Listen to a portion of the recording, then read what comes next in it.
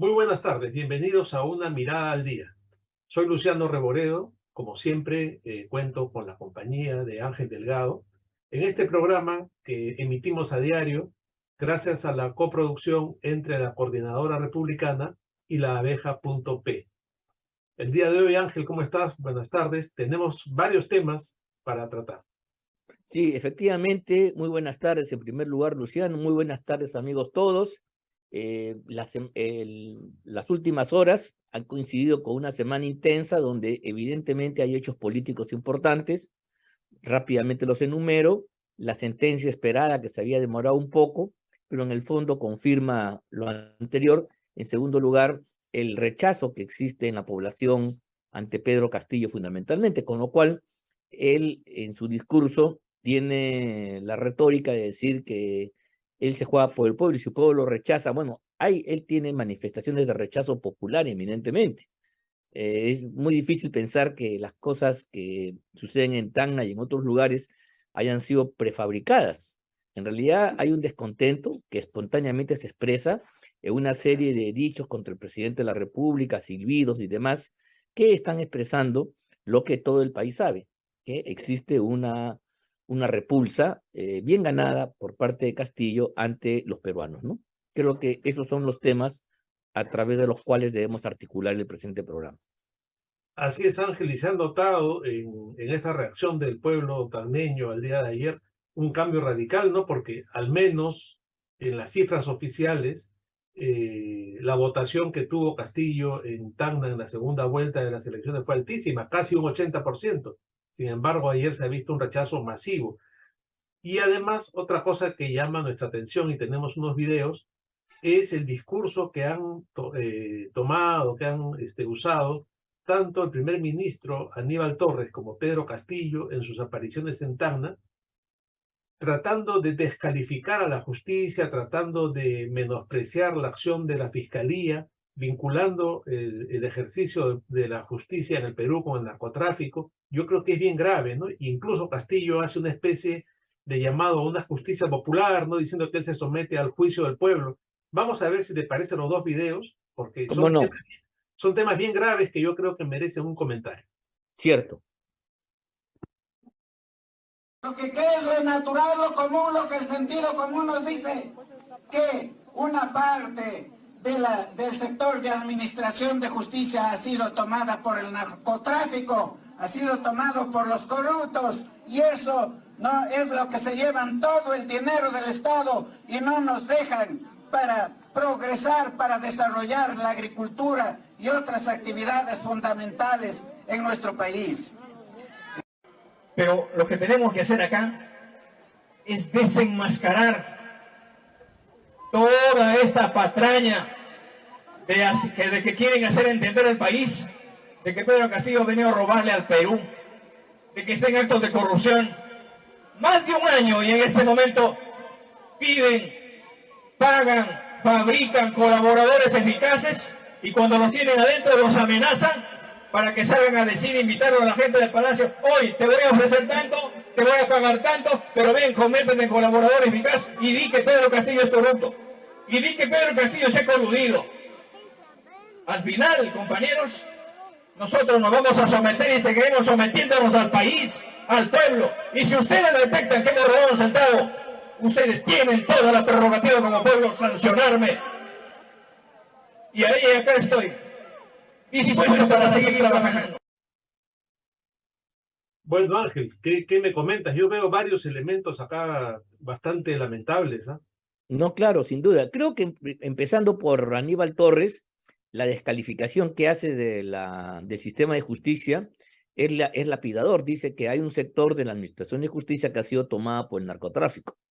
Eso, si no tiene elementos suficientes, es un dicho que solamente expresaría desesperación por un lado, pero también revela un profundo desprecio por las instancias judiciales. Evidentemente, ninguna persona en su sano juicio se somete pues a un poder judicial manejado por el narcotráfico. Sería la antijusticia y en consecuencia perdería toda legitimidad. Pero vayamos a dónde está yendo el discurso, ¿no? Igual lo que dijo Castillo inmediatamente después, al señalar de que se fabrican colaboradores eficaces. Yo no sé, esa es una afirmación realmente impresionante, porque los colaboradores, todos ellos han sido colaboradores de Castillo inicialmente, los cuales puestos al descubierto, puesto al desnudo las infracciones y delitos que cometen, empiezan a hablar, empiezan a dar testimonio. Si ellos realmente no hubieran hecho nada, o si no tuvieran cómo comprometer a Castillo, seguramente no lo harían. Cuando se produce una colaboración eficaz es que se corroboran los hechos que se dicen. Pero el hecho cierto es que aquí no hay nadie sembrado, aquí no hay nadie fabricado. Todos son personas que han nacido del seno del castillismo, del seno del propio gobierno, de la familia presidencial. Por ahí me habías dicho fuera de cámaras que incluso el alcalde de Andía ya no quiere apelar y quiere someterse también a un régimen de colaboración. Quiere Así presentar es. declaraciones que evidentemente van a comprometer más a Castillo. Es que sí es el sistema, así está diseñado el sistema penal. Para que la investigación pueda avanzar y pueda profundizarse, se dan facilidades a un conjunto de actores para que suelten la lengua y entonces llegar a niveles que la investigación de otra manera no podría hacerlo, porque la actuación de la mafia siempre utiliza testaferro, siempre utiliza segundas, terceras personas, nunca actúa de motu propio. Entonces, para que se conozca eso, tiene que haber una evidencia a través de una declaración de alguno de estos señores que dice, mira, yo actué a nombre de porque me dijeron tal cosa. Y eso es lo que está pasando, pero eso no es fabricado.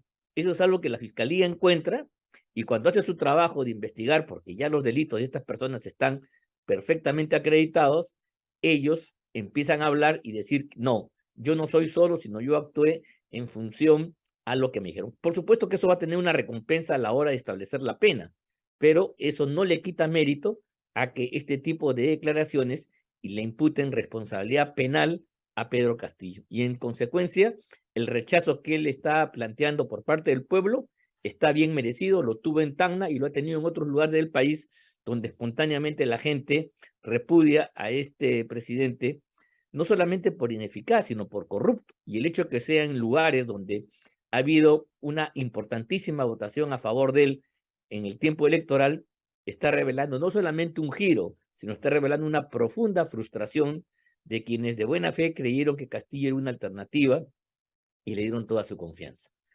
Esta Así, confianza ha sido defraudada y peor aún, han descubierto que el tipo es un mercachifle, es un agorero de plaza de bajo nivel y que en verdad ha entrado a la gestión pública, él y los suyos, para enriquecerse de modo privado. Ángel, tú has hecho una explicación muy clara desde el aspecto de vista del tema legal, jurídico, del papel del colaborador eficaz, ¿no? Y por lo cual no tendría ningún sustento lo que está manifestando tanto Castillo frecuentemente como el primer ministro.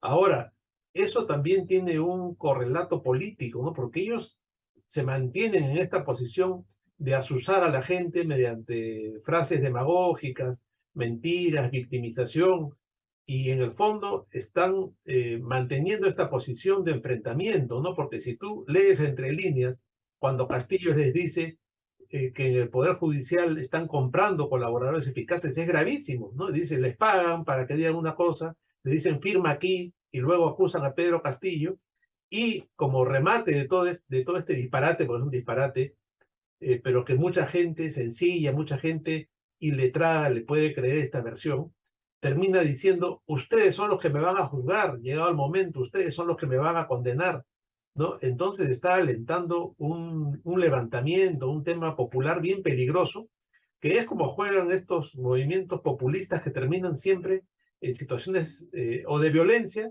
o imponiendo un gobierno totalitario. A mí me preocupa mucho ese discurso, que es el mismo discurso permanentemente del señor Torres, que yo ya creo que no son exabruptos, sino que es algo estudiado o algo ya premeditado, ¿no? Porque a él le ha valido ir al Congreso ya un par de veces por este tipo de exabruptos, pero no les importa, ¿no? Porque finalmente el Congreso no lo va a censurar por ningún motivo, porque saben que corren el riesgo de que lo cierren, entonces hay una especie de equilibrio ahí que mantienen ambas partes, pero Torres sigue permanentemente asusando a la gente, victimizándose, y promoviendo exacerbando estas contradicciones, como se dice en el lenguaje marxista, para generar violencia. Yo veo eso claramente, ¿no? Pero cuando Sí.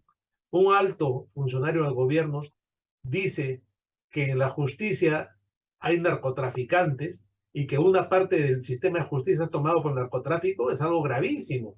Es algo gravísimo que sin duda merecería que otra vez vaya al Congreso, pero yo no sé para qué, ¿no? Porque va al Congreso y no pasa nada, ¿no? No tiene Entonces, sentido que vaya al Congreso claro, si ya es que no esto tiene está pasando sentido en Panamá, ¿no? porque se ha formado un equilibrio estratégico en que uno hace como que vigila y el otro hace como que no, como que cumple, porque al final a ninguno le conviene ir un paso más allá.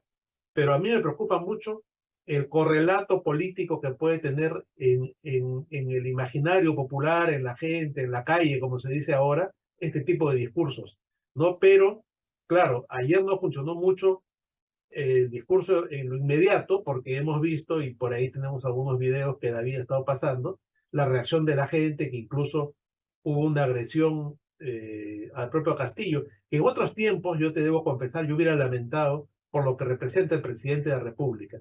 Pero este señor ha perdido ya el respeto de la gente, porque es un sinvergüenza, ¿no? Porque te das cuenta de todo lo que está pasando, aparte de ser un absoluto incapaz, es un corrupto y es un caradura que no reacciona y que en el fondo se está burlando de todos nosotros, ¿no? Y entonces, como tú muy bien has señalado, un lugar donde tuvo un gran respaldo, ahora lo rechaza de una forma masiva. A ver, yo no tengo ninguna duda que hay una política consciente de azuzar y polarizar y quieren generar contradicciones, pero para que esto funcione, la contradicción tiene que estar bien planteada. De lo contrario, se vuelve contra los formuladores.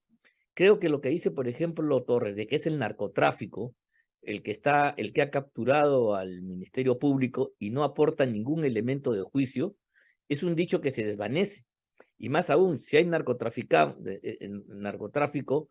es algo que al gobierno no le debería mencionar mucho, porque tiene techo de vidrio, como se dice en el lenguaje corriente, en la medida de que sus relaciones, de tanto de Perú Libre como de Castillo, con el BRAE, con los restos de la banda de los Quistes Palominos, tiene ahí un componente del narcotráfico. Y por otro lado, las políticas que ahora no estamos viendo porque estamos preocupados por este conflicto que se da en la escena pública, pero estamos convencidos de que debe estar avanzando una política que justamente está promoviendo el mayor sembrío de la coca ilegal y al haber eliminado la política de erradicación, está favoreciendo en última instancia al narcotráfico. Entonces, es algo que es verdad, cuando se quiere polarizar hay que saber hacerlo y agarrar algunos temas fuertes que lleguen al corazón de la gente. Y la verdad, discursos, por encendidos que sean, no lo son. Tampoco esto de Castillo de fabricar, porque la verdad todos ellos son Sí, de nadie su, se lo cree, de su ¿no? grupo íntimo. Mire, nadie podría plantear de que el señor Pacheco es un agente de la derecha, que el señor Silva es del partido aprofujimorismo, de que, no sé, el alcalde de Andía, si es que se compromete ahora, es un personaje infiltrado, pues, de los grupos parlamentarios que quieren vacar a Castillo, ¿no? Y que lo Sí, están sí, claro. convirtiendo. Nada de eso, simplemente lo que está sucediendo es que la justicia está haciendo su trabajo a raíz de una serie de denuncias que además las hemos visto todas, y en esas aclaraciones empiezan pues a ubicarse ya los problemas y la gente que se siente culpable empieza a confesar, a declarar, a dar testimonio, y eso implica al presidente de la República, lo cual entonces llegamos a la conclusión de que todos estos criminales que están siendo procesados, ¿no? Habrían actuado en consumo con el presidente de la República, el cual los convocó, los reunió, los acogió, le abrió las puertas de Palacio.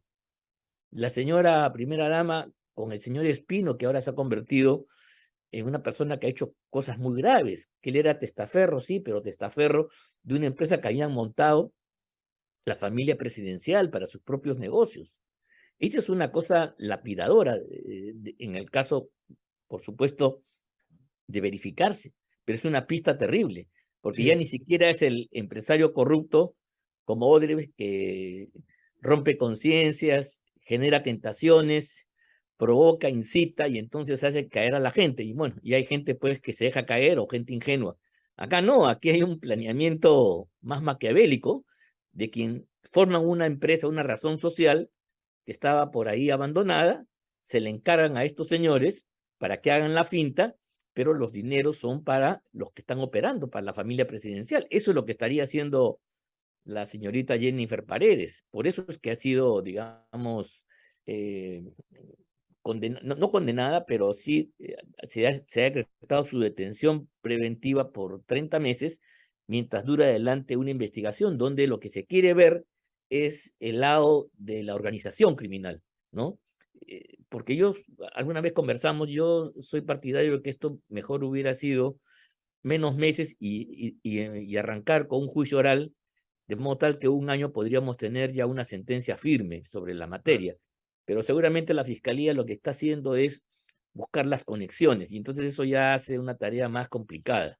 O sea, lo que quiere es dar cuenta de la organización criminal. En fin, son los pros y los contras del proceso. A veces por encontrar lo máximo pierdes lo menos. En fin, no soy la persona que va a hacer un juicio sobre esto, solamente anoto las diferencias, porque algunos dirán, bueno, ¿por qué? Porque está claro más o menos los delitos de la señorita, ¿no? Y el alcalde Andía. Entonces yo creo que ya pues pasar a juicio oral debería ser la tarea inmediata, formular la acusación fiscal con los argumentos que se tienen, que son muy sólidos, y entonces yo creo que en un X tiempo relativamente corto podríamos tener a la señorita presa, sí, pero con una sentencia, que Claro, sería es lo mejor, ¿no? deseable. Es mi punto de vista, ese es mi punto de vista. Pero no, estamos 30 meses para investigar, siempre es problemático, nos trae recuerdos negativos, habla de una negligencia fiscal, de que se demora, pues, o sea, como si la libertad fuera un asunto que no vale, que no importa, indiferente, en fin, pero creo que sí, este es un tema que la verdad que Castillo y el señor Torres se esfuerzan, pero tiene límites. Y entonces es importante que hagamos este tipo de aclaraciones, porque los dichos que ellos señalan pueden tener algún tipo de impacto, pero también hay que discutir y decir lo que estamos aquí señalando. ¿Dónde está la fabricación de los colaboradores? Y todos son del entorno de Castillo. Sí, Todos son claro. sus amistades. Ahí están las fotos. Ahí están los cargos que han ocupado todos y cada uno de ellos. Y que ahora declaren, bueno, pues, ¿por qué declararon? Entonces, ese es el gran problema, ¿no? Ese es lo que tendrá que determinar la Fiscalía primero y el Poder Judicial después, pero son acciones que dependen exclusivamente de ellos. Mira, los temas fiscales no tienen nada que ver con la política. Esto no tiene nada que ver con que el señor sea comunista, sea un incapaz, sea un inepto y ponga ministros de porquería. Eso es un tema ajeno. Y eso sigue su curso básicamente en el Congreso. Estos son asuntos de conducta ilícita, de actos delictivos en el manejo de la administración pública. Y resulta realmente penoso que del debate político estemos pasando a un debate jurídico y donde lo jurídico desplaza lo político y lo penal específicamente está por delante de otras consideraciones que deberían ser, pues, finalmente la discusión sobre qué queremos con el Perú. Eso no existe ahora y todo es el debate, pues, sobre los crímenes de Castillo, lo cual, como ya lo dije alguna oportunidad, puede dar la tentación de que nos apoyemos demasiado en los asuntos fiscales judiciales. Yo sigo creyendo que esta línea de actuación tiene que seguir su propio camino. No me sumé yo a las críticas de aquellos parlamentarios que decían que el juez ya se había vendido, que el juez había pasado al otro lado. Se adelantaron, ¿no? A veces la justicia es lenta, pues no actúa con la rapidez, pero si queremos nosotros señalar que el procesamiento de la banda que tendría Castillo como jefe se está dando bajo las condiciones debidas, es importante respetar los términos, los procesos y a la gente que está al frente. Porque si tú descalificas cuando no te gusta algo, ellos también pueden descalificar cuando no les gusta otras cosas. Entonces, nos ponemos de acuerdo. Es como el partido de fútbol. Todos tenemos que estar de acuerdo que el árbitro es una persona imparcial. Si el árbitro no es imparcial, lo tachamos, lo sacamos. Pero una vez que el árbitro es considerado por todos idóneo, sus decisiones se cumplen en un sentido o en otro. Sí, Creo que claro. esto es muy importante tenerlo en cuenta para no perder de vista y sobre todo no caer en las provocaciones y la cháchara belicosa de Castillo y Torres.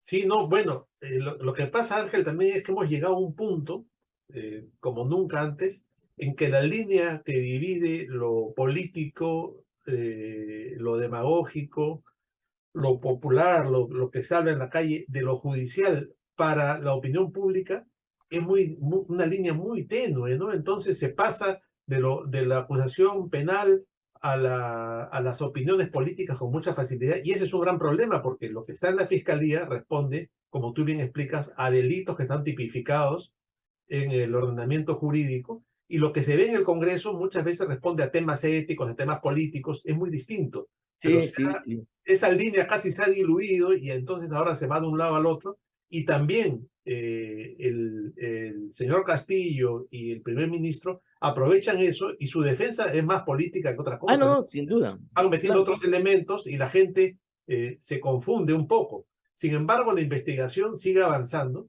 Hoy día se ha informado en los medios que la señora Mirta Vázquez, que fue primer ministro, y Pedro Franque, y todo ese gabinete, que fue el que hizo los decretos de urgencia que permitieron las licitaciones en Anguía y en Chota, han sido llamados a la fiscalía a declarar para que den sus razones. Entonces ahí te das cuenta que se está avanzando, ¿no? Porque ¿cómo se pudo hacer todo esto? Gracias a un decreto de urgencia. ¿Quién hizo este decreto de urgencia? Bueno, la PCM, con el respaldo del ministro de Economía, y que participó el ministro de Justicia.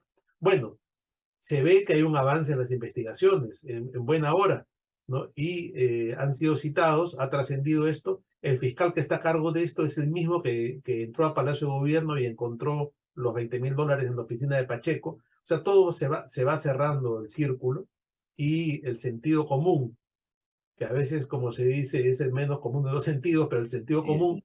nos indica que Castillo pues siempre aparece en el centro de estos temas, ¿no? Siempre se va confirmando la tesis de la fiscalía que él sería pues la cabecilla de esta organización criminal, que cada vez es más evidente, tanto su condición de cabecilla como la evidente existencia de una organización criminal, ¿no? De una organización creada para delinquir, para sacar provecho de la posición de poder, de la posición que les permite legislar e intervenir en la cosa pública, para enriquecerse, para robar, en pocas palabras, para que se entienda de manera clara.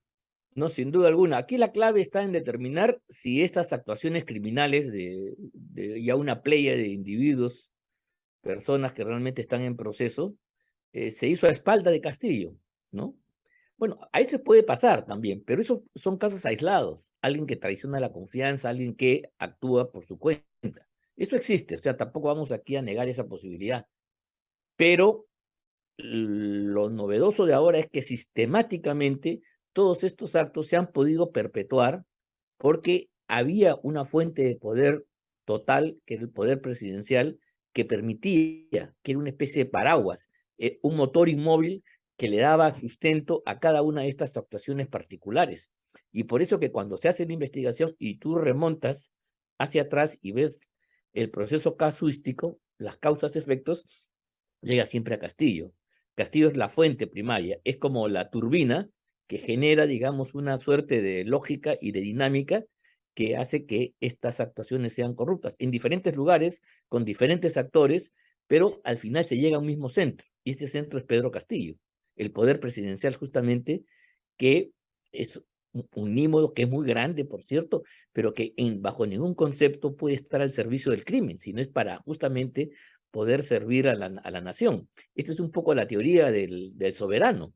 Inclusive en los tiempos del absolutismo, el legibus solutus estaba por encima de la ley, pero no estaba por encima de la ley para violarla, sino porque siendo él el hombre que tenía que establecer el orden y velar por todos, entonces las limitaciones legales no lo sometían a él. Esta teoría, digamos, ya quedó en desuso, por supuesto, el legibus solutus, pero lo que quiero decir es que la estructura no es para delinquir, sino justamente para garantizar, como las inmunidades, la actuación del presidente de la República por la gravísima responsabilidad que tiene. Se hace una excepción, se lo saca del mundo común y se lo pone en una suerte de proscenio, de escenario, para que actúe con poderes que los ciudadanos comunes no tenemos, pero para que haga el bien, para que busque la rectitud, para que haga funcionar el sistema, para que corrija los errores y sancione a través del órgano correspondiente a los culpables. El privilegio que tiene el presidente de la República no puede ser jamás una herramienta como una pistola para asaltar. Y eso es lo que Pedro Castillo ha hecho, pues ha mancillado la majestad del cargo de presidente de la República, razón por la cual la vacancia está perfectamente tipificada y solamente la falta de votos es lo que no permite que el Congreso actúe en esta materia. Sí, bueno, eso está clarísimo, ¿no? Y, además, se diga lo que se diga, todos los implicados cada vez son más cercanos a él, ¿no? Hasta la hija, cuñada, los sobrinos, la primera dama también se ha visto involucrada, en fin. Vamos a ver, esto tiene para rato, Ángel, y las investigaciones van a ir descubriendo cada vez más cosas que iremos sucesivamente comentando. Por el momento, nuestro programa ha llegado a su fin el día de hoy. Será hasta el próximo programa. Bueno, no sé si es nuestro tiempo o es el tiempo de los acontecimientos tan rápido que parece que el espacio que tenemos se nos hace, se evapora, se hace efímero. Sí, se va rapidísimo. Y además sorprende, Ángel, la cantidad de cosas que suceden en el Perú a diario, ¿no? Como nunca el escándalo de un día tapa el del día anterior, o la sorpresa de un día tapa el del día anterior. Pero en fin, el tema no nos falta. Bueno, entonces simplemente agradecerles a los amigos que nos han escuchado por su programa Una Mirada al Día y despedirnos por mi parte hasta el día de mañana, donde seguiremos analizando el acontecer diario de la coyuntura nacional. Muy bien, así será entonces. Nos vemos. Buenas tardes. Buenas tardes.